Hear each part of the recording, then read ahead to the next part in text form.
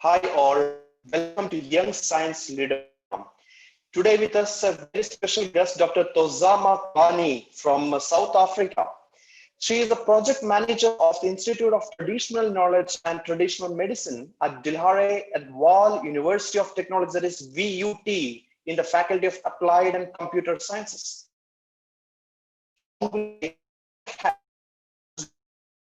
She is for the next generation of scientists, initially funded through her National Research Foundation, Tutuka PhD track research grant from 2016 to 2018. That is an NRF grant from the South African government. She is also the finalist of 2019-2020 National Science for South 32 Awards, Innovation Award Corporate Organization category, and the winners will be announced next week, 30th of July, from 2 weeks from now. So she's also one of the winners of the Inspiring 50 South Africa 2019. So 2018, she was a recipient of the Tech Women Fellowship. So Tech Women is initiative of the US Department of State's Bureau of Educational and Cultural Affairs. And the same year, she also nominated to be the South African Young Academy of Science member. So she is a member of the SIAS.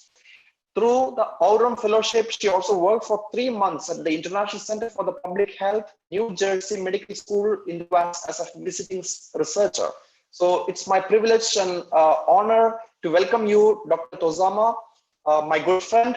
Welcome to Science Leadership Program. And today I hope you're going to share some of your life journey, right, with us. So I request you to share some of your, start from your parental influences and what motivated you to choose, a career in science, and who are your role models, all those things you can share. Okay, so yeah, over to you then.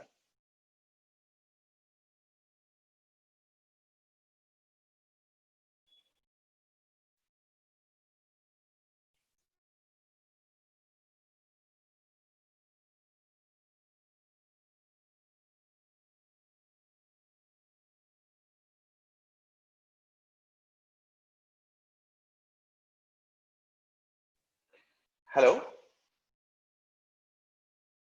I cannot hear you. There is some problem at my end, but you may start. You can start now. You can start your presentation, Tozi.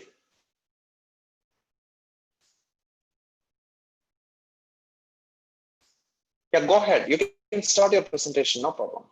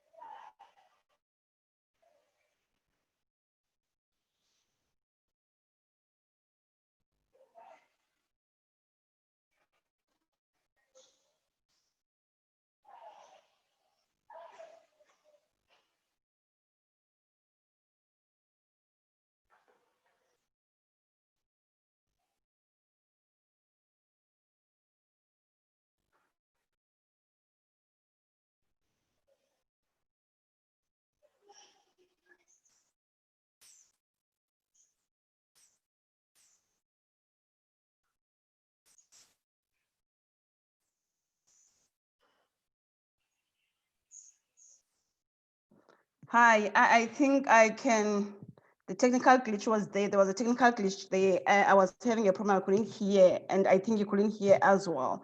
So I'm Tozama Qwebani-Ogunleye from Eastern Cape. It's a province in South Africa. And my location is called Bizana in the Eastern Cape. I grew up in a rural area called Redoubt Location. That's where I did my primary school as well as high school.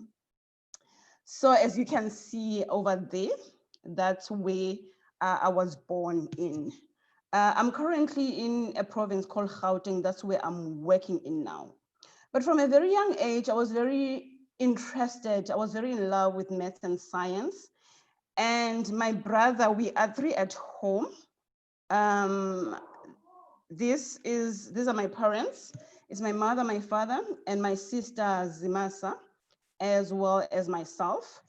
And my brother is here. We're actually preparing to go to a wedding. My brother was a mentor for me when I was growing up in terms of tutoring me for maths and science. So I was very in love with maths and science from a very young age. So I used to join competition and represent my school on national competitions and provincial competitions. There was one in particular that was called Maths 24 School Challenges. This was sponsored by All Mutual. And what will happen is we will have 4 numbers. And in these 4 numbers, you can add, you can subtract, you can multiply, you can divide, but at the end, you have to come up with 24. Hence, it was called Maths 24 School Challenges. That is when I started to join competition and represent my school at a provincial level as well as national level. But at the age of 15, I was then selected to represent my country outside South Africa now, in Austria. So it was 5 of us, and all were representing regions from South Africa. For example, there was Kokstad region, there was Mthatha region, so it's different region inside South Africa, but we're 5 of us. For me, I was selected because of the grades I got for maths and science while I was starting high school. So the love of maths was always there. My brother also ahead of me and doing engineering at a technical at that time was my tutor and my mentor. And having my sister by my side, she was always a friend, whether I was in high school or whether I was in varsity. Then I left Bizana to go and study at the University of Cape Town, my undergrad in BSc and up to master's level. Now, you remember I'm from the rural areas, and going to the university now, I had never seen a microscope. So everything that we're doing, whether it's maths, whether it's science, it was more on a theory basis, even the practical themselves, how the litmus paper will change. It's something that we crammed it. It was theory. So now when I got to varsity, the first year was okay because it was more of an introduction, but I struggled when I started second year due to the fact that to use a microscope to start with was a challenge. And especially when you have to do dissections. So I remember in my class, in biology class, we were 2 that were from a rural background where we didn't have a laboratory when we were in high school. So we used to struggle and not finish at 5. And remember the labs at that time at the University of Cape Town, they will be closed at 5. So we won't finish at 5, but the demonstrators will be fair enough and let us, maybe give us 15 minutes. And then after 15 minutes, they also have to go home. So we'll come back the following day and try to finish. So it was very challenging, but through it all, we managed, hence we are here. So I continued at the University of Cape Town. For my second year, I failed biochemistry. I have to mention that. It was so challenging. However, the same year, I got the top mark in chemistry. And then I was given the nickname by my friends of Miss Chemistry. And then I continued on my third year at varsity. I got the top mark and won the trophy for physical sciences. And then after completing undergrad, I then did my honors and masters. And at that time, I got sponsorship from the Council for Scientific and Industrial Research. So this is now, when I was doing a research on cancer. So we're synthesizing a library of compounds and then screen them against a number of cell lines and see if they were biologically active. So we're talking about your breast cancer, your renal cancer, your skin cancer, different types of cell lines.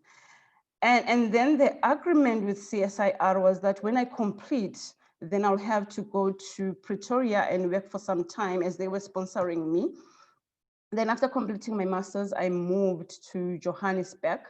This is now where I started working at the Council for Scientific and Industrial Research. And then at the same time, I registered at the University of Witwatersrand. This is now where I was doing my PhD. And at that time, I was also starting a family. I met, okay, then he was a boyfriend at UCT. He was also doing masters, Samuel Ogunleye, and he's actually in IT. So there he is. So it's myself, him, and the kids, Princess Asanda, the girl, and Prince Anu, the boy. So this is my family. So now we are at the Council for Scientific and Industrial Research. I'm starting the job. I'm also starting the family at the same time. And I'm starting PhD at the same time, so you can imagine. That is more of a background about myself.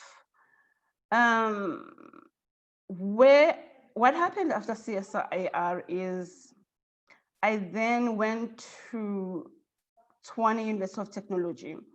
This is now when I just completed my PhD, and I was a lecturer and a researcher at the same time. So what happened in South Africa, there are calls for funding so that you can get fund to start your research group, especially when you've just graduated. So when I was at Tshwane University of Technology, that's when I applied for the National Research Foundation post-PhD grant. It's called the Tutuka Grant. And then I started my research group. And then I moved from Tshwane University of Technology. I was there for 3 years to now Valley University of Technology. This is where I am a project manager and at the Institute of Traditional Knowledge and Traditional Medicine. So I'm just going to give a brief about what we do. When you talk about indigenous knowledge systems, we're talking about it's IKS, what normally is known as IKS, and it has a number of arms. We have farmers, traditional healers, traditional hunters, and. So my focus is more on traditional medicine, and what we're doing is more on the authentication of traditional medicine. You'll remember that this knowledge or these formulations in our communities, we've been using them for years, but what has been missing is documentation, is to find dosages and document them, to in terms of toxicity, in terms of reproducibility. So we do all of that at Valley University of Technology, the Institute of Traditional Knowledge and Traditional Medicine in the Faculty of Applied and Computer Sciences. So that is what we do. For now, I'd like for us to look at 5 things. In life, I normally move and take notes as I'm walking the journey of life. I believe in learning, I believe in relearning, and I believe in unlearning. It's more about learning, relearning, and unlearning. So what I'm going to share today with you, it's some of those notes that I managed to take around. So we're going to look at life as being a process of becoming. Life is a process of becoming. The importance of belief system, the importance of self-governance or self-leadership, the importance of being patient with yourself, and the last one, the importance of being a team player. So the first one, life is a process of becoming. And this has to do with learning, relearning, and unlearning. It's a process of becoming a better you. It's a process of becoming a better me. It's a process of becoming a better us. But most of the time you find that we are so trapped in our caterpillar shells when we're supposed to be flying as butterflies. And this is due to many reasons. One of them is definitely because maybe we're scared of taking risks. One of them is because of security. And it's definitely a number of reasons. And this is so connected with finding our voice. We're not talking about becoming, we're talking about improving ourselves, finding and connecting to who we are. Because if we do connect to who we are, then we can be of great service to ourselves, to our families, and the world at large. So for me, this is a lesson that is very important, that I observe life as a process of becoming. You never arrive. So each day you are working on your craft to become the best version of who you were yesterday. The second one is the importance of belief system. The way we operate is a result of our belief system. The belief system is actually what forms the belief system. It's your upbringing, it's your experiences, it's your books you read, it's the surroundings, the people that surround you. So what happens is, throughout life, your experiences, they form the belief system and the books that you read. So it's very important that we do read books. Because when you read books, you get to meet the authors, even if you'll never have an opportunity to meet them. So for me, I believe in reading, because to shape my paradigm, or to shift for the paradigm shift, reading books is very important, because you can then get to the sea of imagination, and now you can be able to see the endless opportunities. This is when now you come across authors, their bios, the people that surround you, and then you start to shape and sharpen your craft. So belief system, whatever belief system you might have now, I strongly believe that you have to, it's a work in progress. You have to continuously improve yourself, and also the belief system. Hence, when I started, I said, I believe in learning, relearning, and unlearning. The third one, a lesson that has been important for me, is the importance of self-leadership or self-governance. What is this all about? When you talk about leadership on its own, leadership is influence. But now when you talk about self-leadership, you're talking about the ability to lead yourself from one point to personal growth and to influence. Most of the time we're expecting from other people to lead ourselves. But I strongly believe, and it's one of the notes that I've taken, that if we can take that responsibility to lead ourselves well from one point to personal growth and continuous development, which will then lead to excellence, I think the world can be a better place for all. I'm going to share today with you, it's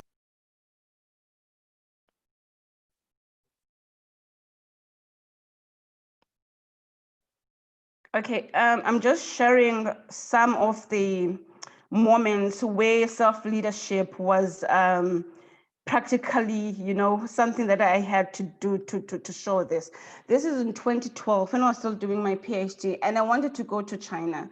I wanted to go to China to the Third World DNA Genome Day. It was a conference, and there were going to be Nobel, laureate winners there, and I didn't have funding. And I had to apply for funding. The first application, it was a decline. The second one declined. When you get those declines, but finally I got a funder that was going to pay for the flight ticket, and as well as the accommodation and all the logistics. But what I'm trying to drive towards is sometimes try to find a way yourself, do lead yourself. The picture that I'm busy there, I was screening, I was at the International Center of Public Health in New Jersey. I was there for 3 months. Also there, it was an application, especially when you're at the PhD level, you have to start to look for these opportunities. This is actually Professor Aaron Sechanova. I think most of us do know him. He's a Nobel laureate winner. So this is where I also got to meet him. But the practical note that I had put there was the self-leadership. The fourth one is the importance of being patient with yourself. As you can see in this picture, there's a BSc, there's a BTech, a master student, and a PhD student. You can see the PhD student is crying. When you're doing a doctorate, it's so challenging. And it's so challenging that it's even difficult to share with people that maybe might not be walking the same path. But just be patient, you know, see it through that you get done. Whether it takes you 3 years, 4 years, 5 years, just be patient with yourself and keep on moving as long as you are moving. The fifth one that is important that I had said is the importance of being a team player. It's so important that you build beehives in order to drive positive change. So here, I'm just talking about finding people that are in the same mission and make sure that you make a positive impact or positive influence with the people that you're collaborating with. So I would like to, this is just sharing about parts where I was part of a team. The first picture on top, it was at the CSIR. I was in the student body council. So these are PhD and master students. So we form our student council at the Council for Scientific and Industrial Research.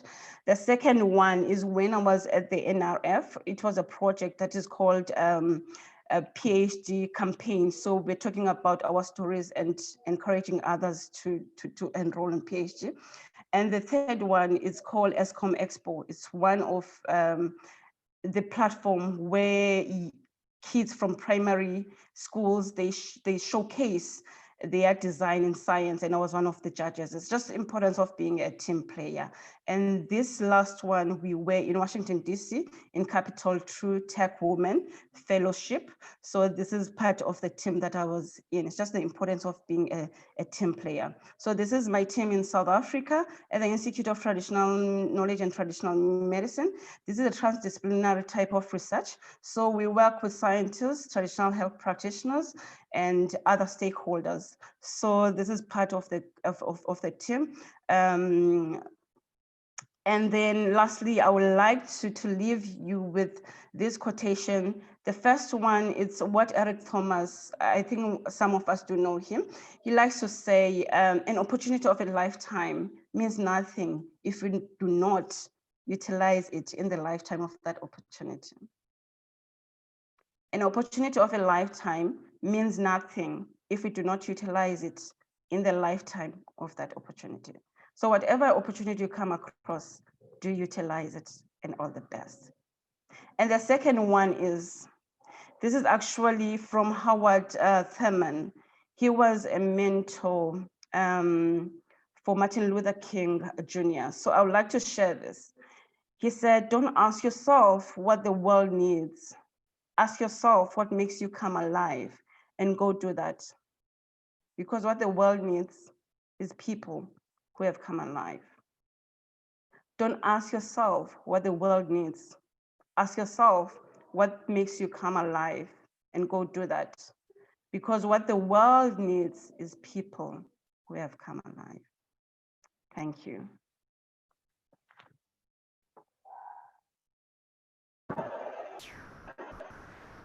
Hi, Tozi. You can exit your window now, presentation window.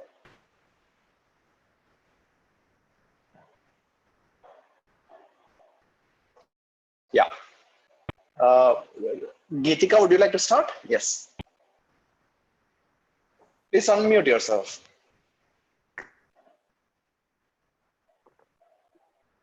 No, we cannot hear you. You have to unmute, please. Yeah, now it's okay. It was a technical error, ma'am. Sorry. Thank you so much. It was a very inspiring and a very nice presentation. And the way I have some questions, ma'am, to you. You tell me why traditional medicines over the new generation medicines, they have their own level of effectiveness. Then why do you go for traditional medicines? For me, after I had done my PhD, I wanted to do a research that will have an impact in our society. And traditional medicine, we've been using it in South Africa for years. This knowledge has been embedded in our communities for years, but you don't find it, in most of our, I don't want to say mainstream, but it's something that people, because of the stigma that is associated with it, I'm not sure how is it in India and other countries.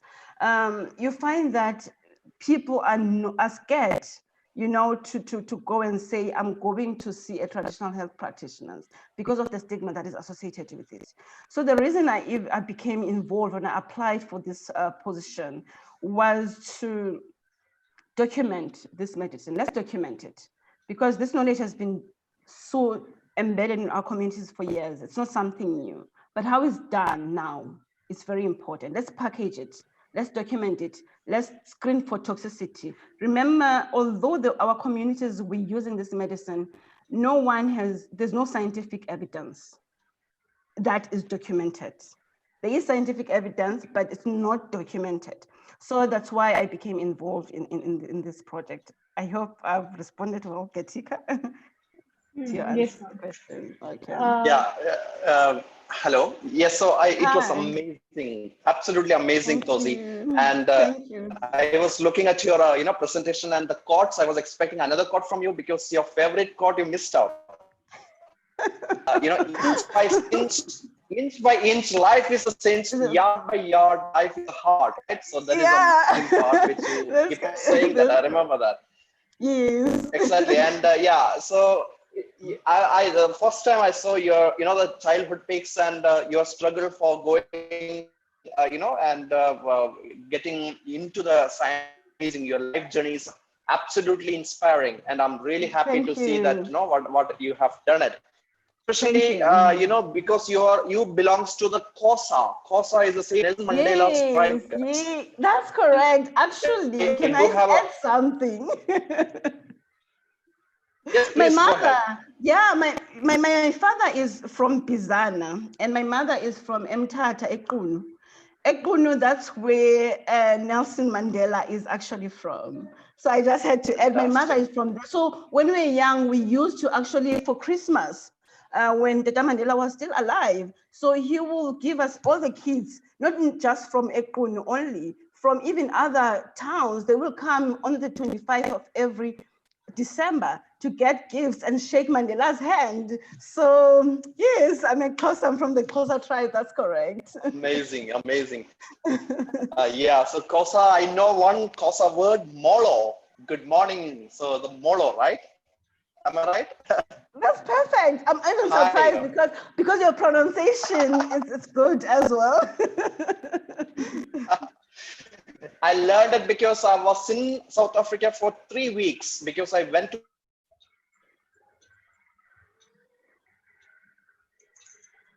You are cutting from the Cape Town. So I was in the Cape Town for 3 weeks and I was there, Cape Town, yes. So I was there in the Christian Watch Botanical Garden. I have fantastic experience. It's amazing place, the Cape Town, and Cape of Good Hope National Park and Tabletop Mountains. It's amazing place, So because one of the question that is coming from the participant is about you being a Xhosa woman, a black woman. Did you ever face any discrimination in South Africa? It's a challenging one because we get double discrimination. Mm-hmm. First, because of your color, and second, because of your gender. So it's not just about being black, but it's also about being female. But you know what, for me, I don't want to live for a long time in a victim zone. So, I'm an African woman in an African country, where modern ideas, they will always fight for space with the traditional way of doing things. But, most people see that just like it's more like a juxtaposition as a challenge, but I want to see it as an opportunity. So as much as sometimes I feel, that now I'm being discriminated but I want to see beyond that and to use that actually as a stepping stone rather to go back and then withdraw. So although it hurts, I'm a human being, sometimes it does hurt, but for me, I think I've used it as an opportunity. that's a great way to deal the crisis, like the obstacles you're making the amazing, really. And a related question I have is about the blacks. Are black people adequately represented in science in South Africa, especially among the women scientists? Are the sizable, majority? The majority are the black women? I think the new wave is emerging now. For quite some time, we didn't have. It was mostly, I think, across the globe, but mainly in South Africa, it was mostly male, that are white. Not that there's nothing wrong with being old, it's beautiful to have gray hair, but most of the time that's what we used to have, or what we used to be exposed to. But now there is an emerging new wave where we're starting to see young leaders in science that are women, but definitely it's not something that will be achieved overnight. It's something that there are programs, for example, I will say one, which is called, it was run by the National Research Foundation, and it was called PhD role modeling campaign, and I was part of that. So what we used to do, we'll go across South Africa, and we'll talk to master's student, honors student, BSc student, as well as high school student. So as the title, so it was a role modeling campaign. So the idea was to talk about our PhD journey. And because when you start to see that there are people that have, walked the path, you somehow become motivated that you too can do it, especially when you see that the color is of the same color. So we have different programs that are running throughout the country. There's also something that is called Women in Science Awards that is run by the Department of Science and Innovation. It used to be called Department of Science and Technology. So that platform also showcases women that are in science. So there are different initiatives that are showcasing what women scientists are doing in South Africa. And then you're starting to see this new wave and young women now emerging as leaders in science. Geetika? Ma'am, we have a question from Rekha Kokanti. She says, ma'am, what exactly you're doing now with respect to ethnomedicine? Is it centered only to South Africa or is it expanded? We do have collaborators, for example, in Nigeria, in Kenya, in India, Canada, and Germany. But when we started this program, it was more of a project feasibility study. And it's funded by the Vaal University of Technology and together with the Industrial Development Corporation in South Africa.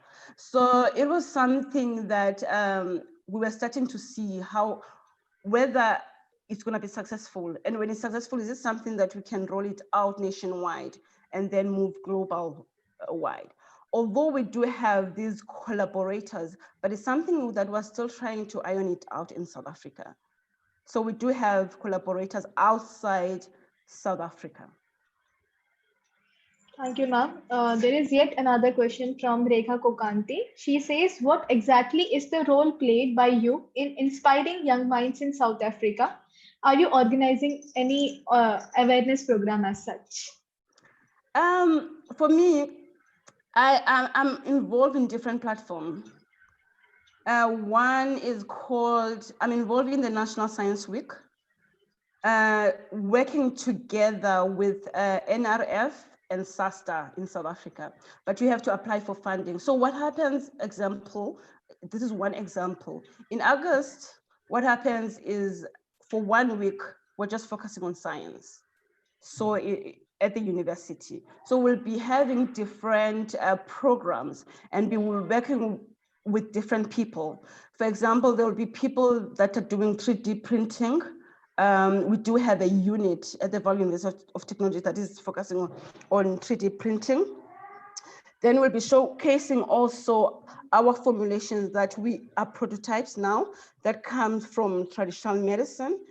And then others will be showcasing. So it's different type of activities and different types of talks. So we invite high school. We also invite undergrad as well. That is one. The other one that I was involved in was the role modeling campaign, where we move across South Africa and talking to young people. It's more about awareness in science type of, and the subjects, advising them on the subjects that they can take if they're interested to get into science. That is one of them. The other one that I'm involved in, what I had mentioned in my presentation, is being a judge for what we call ESCOM Expo. This is a competition that is run by a company called ESCOM. So my contribution is when they invite me to be a judge for that competition. So it's a nationwide type of competition. So it starts from provinces, and then finally it comes to the Gauteng, and then they need judges throughout. So it's activities like this, and then talks. There's one that I'm also involved, is called STEM Girls. It's actually here at the Valley University of Technology. They are founders, so I got involved starting last year. And there we also invite high school students, and we show them around the university and show them the types of practicals that we do in the lab. So it's different platforms and yeah, that I use to inspire and make my mark. Thank you, Yeah, ma'am. Tosi, yes. This one is really interesting that you are also from, one parallelism is BRICS, where, the conclave of what is the Brazil, Russia, India, China, and South Africa, right? So we are actually part of the same group of countries, BRICS. But even inside the BRICS, I would like Africa is doing a tremendous job, remarkable achievements. For example, your own alma mater, University of Cape Town itself. If you look at that number of Nobel Prizes, it won 5 Nobel Prizes, one university alone. So what do you think the reason why the South Africa is really successful? And I have been to South Africa. It looks like a developed country for me. It's not really a developing nation. So of course, per capita income wise as well, South Africa is one of the richest countries in the Africa. So what do you think about the South African success? What made your country progress remarkably and achieve very good in science and technology? Thank you for that compliment. Thank you. I think it's leadership. When it comes to science and technology, we have been having great leaders. Whether we're talking about the National Research Foundation, or we're talking about Department of Science and Technology, or we're talking about TIA. So different structures. I think what we've been blessed with in South Africa is great leadership in science and technology. So you see that there is this, it's something that is improving over time. And now with the new minister, actually we were together in the World Science Forum last year in Budapest. Our science and technology, yes.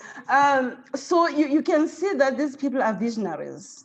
So now, because now what he's been talking about, or what I've been hearing him echoing during his presentation, whether it's NRF Awards or which other platform, is the importance of acknowledging that innovation comes from everywhere. Innovation comes from the city, but it can also come from the rural area. It can come from a village. That's what has been like pushing towards that. Let's look for innovators also from villages.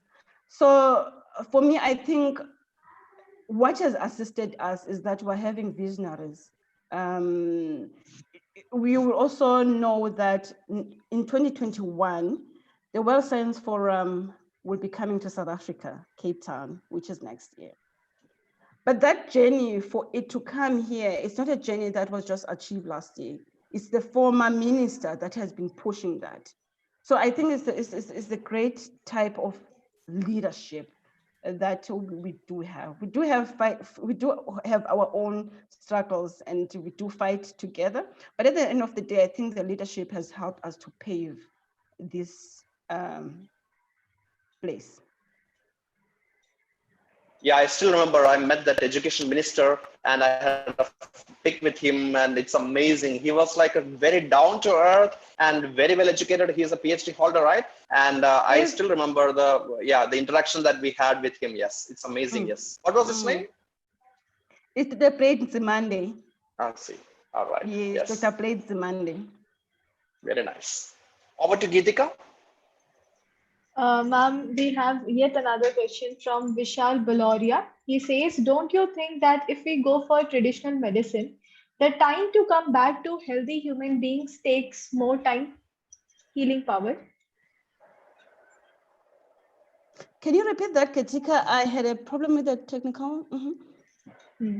Don't you think that if we go for traditional medicines, the time to come back to healthy human being takes more time? That's why we need innovators on how to do it. That's why I'm saying the question now is the how, because this knowledge has been embedded in our communities for years. So that's why we all have to discuss this thing and sit in the table and say, how can we fast track a number of things? For example, in South Africa for a long time, it was illegal to use traditional medicine. So way back when we still, were having apartheid in South Africa, there were certain plants that you couldn't grow in your backyard. But now that we can, then the question is, how can we fast track the time that has been lost? For example, there are diseases that, for me, I think the mainstream, what you call mainstream healthcare has its own space and traditional medicine has its own space. There are certain diseases, according to me, that we will be unable to treat them using mainstream healthcare. But we can find a solution from traditional medicine and traditional knowledge. But the question back to how do we, hence we all have a role to play. Yes, ma'am. Ma'am, we have a question from Shringika Mishra. She says, have you validated traditional medicine or only documented? I would like for us not to use the word validate, but authenticate. Because validation, it goes with culture and education, whereby I can't validate your knowledge with what I know, but I can authenticate. So when you're talking about authentication now, you are talking about, because when you're saying we want to validate traditional medicine, that means we are validating traditional medicine with the scientific or Western type of knowledge. I don't think that would be the correct term to use, but rather let's use authentication. This is now when we're looking, for example, is it biological active? So if someone is saying this is a herb that you can use for flu, then if we're screening it, the evidence, is it gonna be like that? And now when we talk about dosages, remember, in some areas in South Africa, our traditional healers, they will say, for this herb, you take 2 hands or 2 spoons. But now how do you then quantify that to a milliliter or to a milligram? How then do you translate it? And that has to do with the quantity, but also it has to do with dosages. At what level does this medicine become toxic? At a certain level, maybe it's potent, but you find that someone might say this medicine is toxic, but they have not tried it at a lower level to see its potency. So it's things like that. Then also on the results, is it something that can be reproducible? Can what we got today, when we try it after 2 months, using the same methodology, is it something that can be accurately be reproducible? And the issue of safety, back to toxicity as well. So you find that some of the medicine, people will say it's toxic, but they have not looked at dosages. Because even, when you're following drug discovery, because there are 2 routes now that we're talking about, we have phytomedicine and we have drug discovery. you find that when you're using a drug is potent at a certain dosage, it's biological active at a certain dosage. But the minute you move higher, it becomes toxic. The same way, how can we then also look at the dosages in traditional medicine? I hope I've answered the question. Yes, ma'am. Ma'am, we have a I would question like from to ask you. Hmm. You Yeah, said, continue, I please. just want to add on one point that because you have said that in your presentation about learning, relearning, and unlearning. I like that you're caught on the unlearning aspect. So confirmation bias is very common across the disciplines, and many things that we learn, we really have to unlearn it. Especially our and so many things that has been, for example, casteism here in India. So many things we really have to unlearn it, and then only we can relearn it. I really like the concept of your talk, and that is really relevant here in India as well, all over the world, of course. And you said about you briefly touched upon the apartheid, and on your answer, last question's answer. And I do have fond memories of District 6 Museum in Cape Town. It is horrible. The scenes of the apartheid time is really horrible. And if you ask me, one of which is one of my favorite book is My Traitor's Heart by Ryan Millen. So he was a white. He's actually descriptions of apartheid time of South Africa it's really amazing. So I just want to ask you, what is your favorite book? I have a number. For me, the people or the kind of books I read it has more to do with motivation, but also pioneers of African literature, like the Chinua Achebe, from Nigeria. He was a pioneer of African literature. The Long Walk to Freedom by Mandela.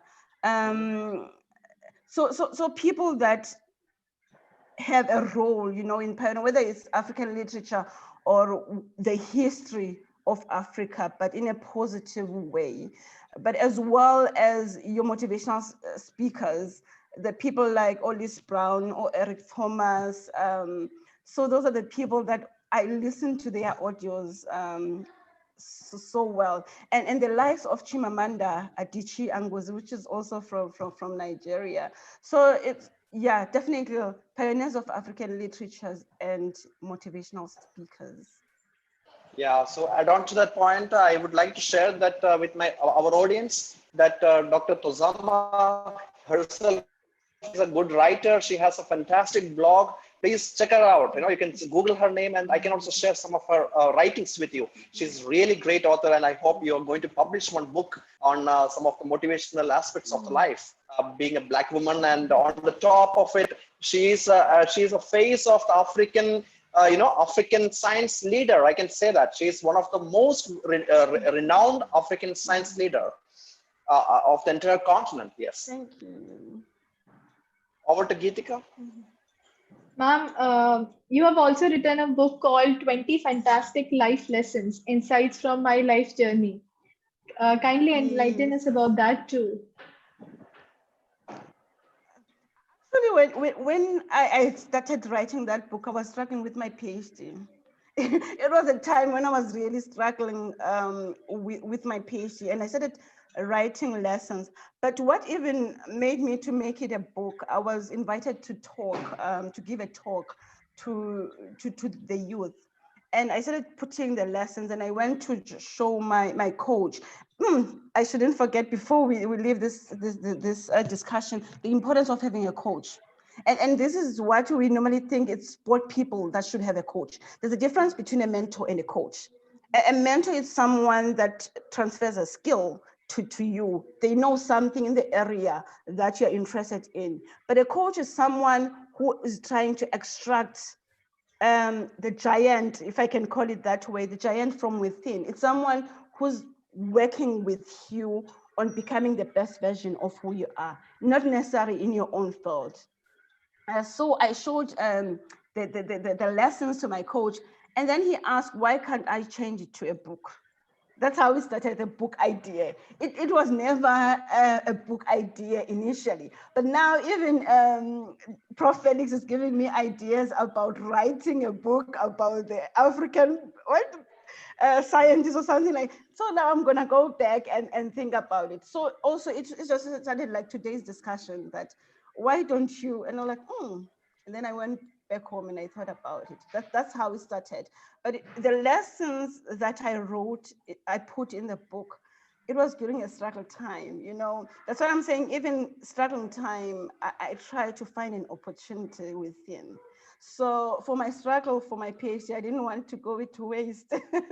So I started talking about what I talked about today, the importance of self-leadership, because when you're doing your PhD, you have to be able to lead yourself. You have to work towards, you have to be proactive. So most of the lessons, I got them when I was doing my PhD and struggling. Ma'am, next question we have from Shubham.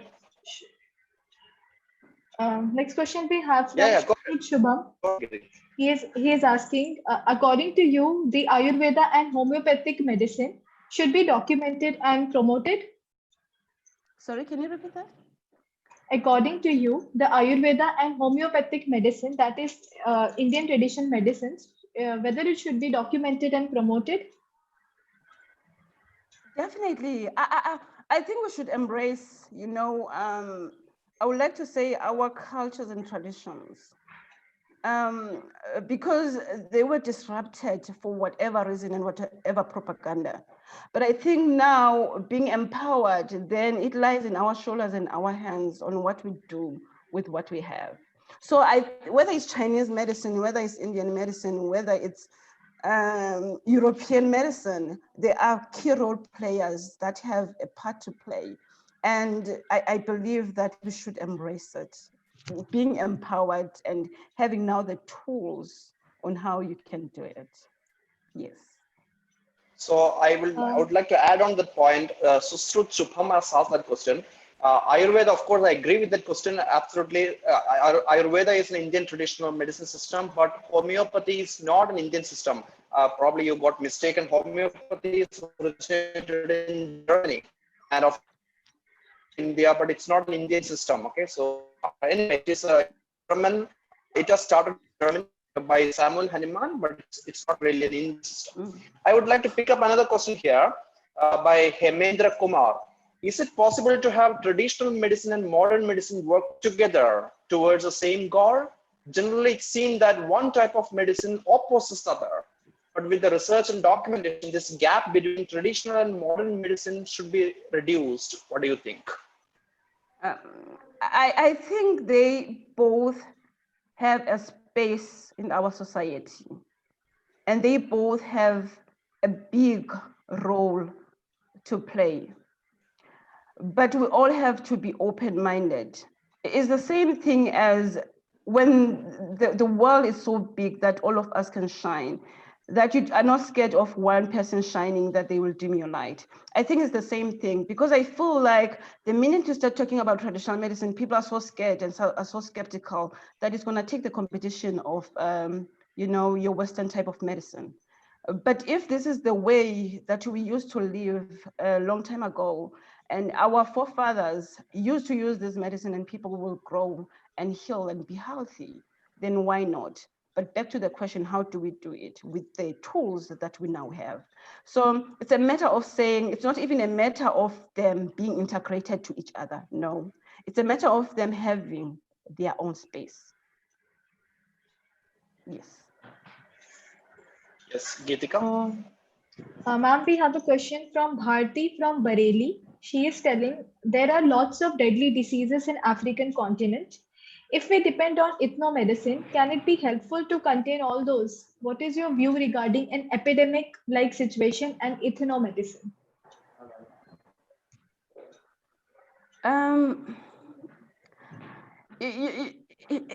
Back to what I said before, I think both. I think traditional medicine has a role to play. And there are certain diseases that might not necessarily be assisted by what we are acquainted to, your mainstream type of medicine. Hence, I'm saying they have space and they have a role to play. For example, now, I'm not saying I'm having a cure, let me make it that clear, but I'm saying with the challenge that we're all facing, the COVID-19, we all have people that are in traditional medicine, they have a role to play to screen a number of herbs and a number of formulation. Yes, it's challenging because also in South Africa, in terms of regulation, let me also say that that a number of things are being corrected. For example, we're classified as alternative or complementary medicine. South Africa, I'm talking about South African traditional medicine. So in your country, how can then you become an alternative or complementary medicine? This is more like any medicine that comes to South Africa, for example, your Chinese medicine, it belongs to that category of your alternative or complementary medicine. Now you're in your country, in your native country, and now you're classified. So a number of things also in South Africa are being corrected because we saw that in terms of classifying this medicine, it was not something that was well done. So hence I'm saying now having the tools, we all then have a responsibility to correct the wrongs. Okay, I will pick up a question by Ravish Kumar. Who are all your role models to choose this traditional medicine practice as your career? So, as your career, what is your, who are your role models and who motivated you to reach this level? There are key role players, to be honest, in my life. And when I started my PhD, it's not like it was all, paid in terms of I'm going to go to traditional medicine, but it's something that while I was doing it, I decided, and while I completed it. But when I started at Valley University of Technology, the person that was a pioneer of this project is someone who's called Prof. Martha Pinkwane. So that's the lady that started this project at Valley University of Technology, and working together with the dean. Because another thing, leadership is so important. You might have an idea, but if no one is giving you a platform to actually implement your idea or to try it out, forget it. So Prof. Martha Pinkwana has been doing some work on traditional medicine, and allowed by the dean in the Faculty of Applied and Computer Sciences, Professor Raymond Mabuza. So when I entered, there was some groundwork because also it's very important that you have a relationship with the traditional health practitioners. I think sometimes it's something that scientists, we have to correct this, that I'm going to see a traditional health practitioner to teach them. There's a lot that they can teach us as well. So it's more of all of us respecting each other and coming to the table and see how we can help each other. So there was already that working relationship with traditional health practitioners from the VAL.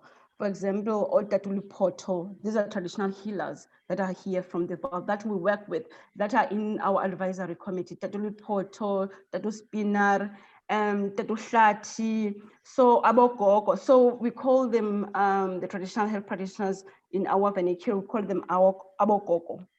So there are quite a number of key players, but also funding. Because in research, when you're doing any research without funding, how are you going to get the infrastructure? How are you going to get the lab in place? So this was the idea. Was actually in IDC, Industrial Development Corporation, brought to the idea, and they gave us funding together with the university, which is Valley University of Technology. So it's actually a team effort, and the great team, I must say, the Institute of Traditional Knowledge and Traditional Medicine, the colleagues that I'm working with, they have the team spirit. So it's a number of things. It's the professors, it's the traditional health practitioners, it's the public, it's other scientists, other collaborators, because we collaborate also with other universities. For example, Northwest University is one of our collaborators, is in South Africa. And another one that we work closely with is Tshwane University of Technology. We also work with VES, the Institute of TB, because there are some formulations that we are unable to screen for TB because we don't have the LB3 facilities. One thing also that is important when you're in research, you can't do everything yourself. Where you can't do everything or something, then you just find a collaborator. We're working with the Center of TB and VETS. So it's different key players and role players Yes. Geetika? Ma'am, we have a question from Vinod Patil. He says the knowledge of ethnomedicine is actually belongs to many of the tribal communities, but others working in labs get this knowledge from these communities to publish as their own. How to restrict this? That's so true. That's so true. That's why sometimes you find that the traditional health practitioners are skeptical to work with scientists because they feel like we will steal their knowledge, publish manuscripts, get our accolades, and we forget about them. So to actually correct also this, because it's something that maybe we might have inherited in the system, what we do now in the entity, whatever project we are working on, remember we're working with scientists and we're also working with postgrad students, your master's and your PhD student. In the project, we mentioned the names in the proposal. We mentioned the names. For example, I will talk about one formulation that we're looking at. There's a PhD student that is working on this. It's a formulation that helps with fibroids. So when we were writing the proposal, the name of the PhD student is there. The name of the supervisor is there, as well as the name of the 4 traditional health practitioners that shared this knowledge. Because from the beginning, let's start from the beginning and mentioning who's contributing what. So that should anything come out from this, then we'll know how to share the royalties or anything like that. But I think from the start of the project, it's very important that we do document everyone's contribution. Yeah, it's fantastic, Tozi, and Dr. Tozama, it's really fantastic. The intercession. I am enjoying, to the max. And of course, we have lots of more questions. So if you find, I will ping these questions in the Facebook group. You're also part of our group. I know that. And yeah, I hope you can answer it, some of the questions. And I'm also happy that you are actually intern. You're basically, mentoring some of the interns. And thank you so much for that. It's international mentoring now. We have expanded to the international, cross the boundaries. That's amazing. And right now I feel that it's only 2 o'clock in South Africa, and I hope you didn't even have your lunch. Did you have your lunch? I'll have it after this conversation. Thank you. Yeah, thank you so much, Tozama. And how is the situation in South Africa, the COVID-19? I think that South Africa is one of the most badly affected among the African countries, but still South African situation is far, far better than many of the countries in the world. So how is the situation there?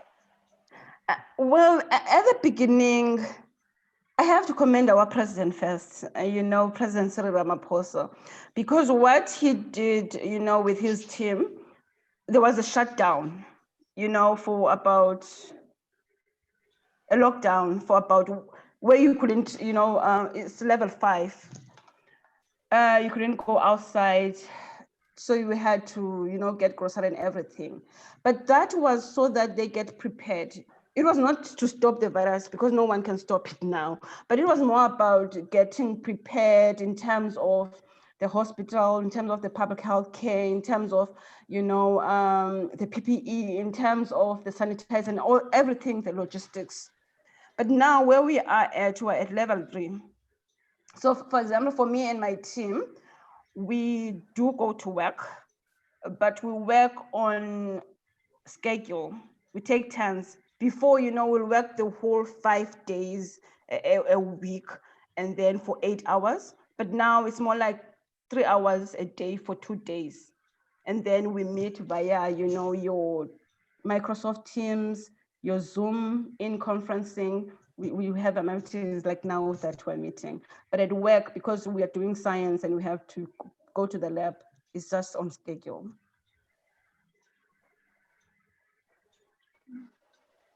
Yeah, very nice. And I also want to share my experience because we had a question about this Nobel Prize winners. So recently I had a chance to to evaluate one of PhD thesis from South Africa, and I'm really impressed because South is basically a collection of the papers, published papers with introduction. So other than simply, many places we have a tendency to overwrite on the thesis, lot fill completely fillers. It's like a stretched with like a elastic thing, but no, South African thesis is very concise and quality papers. So I really want to congratulate you for that, and not just you, but that there is a South African mindset, I would say, quality research. So it's amazing. So I think we all the developing countries have to learn how the research is progressing fantastically in South Africa.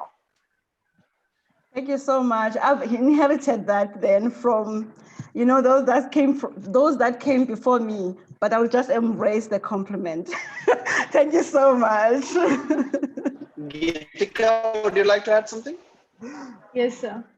Ma'am, today both of our morning and afternoon sessions have completely revolved around the women in science and about their leadership. And especially when it comes to developing countries, scientific sectors, and when it includes indulging women in science and gender equality, still there are some loopholes which needs to be mended. And Tozama ma'am, you are one such personality who has made her pioneering contribution to make this happen.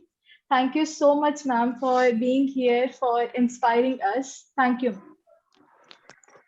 Thank you so much, Geetika. Thank you so much, Felix. I really appreciate, this invitation. I really enjoyed the discussion and the conversation with you. Thank you. Thank you. Thank you. Thank you, Thank you all the listeners. I will see you again next week for the fresh batch of the Young Science Leader series. Until then, goodbye.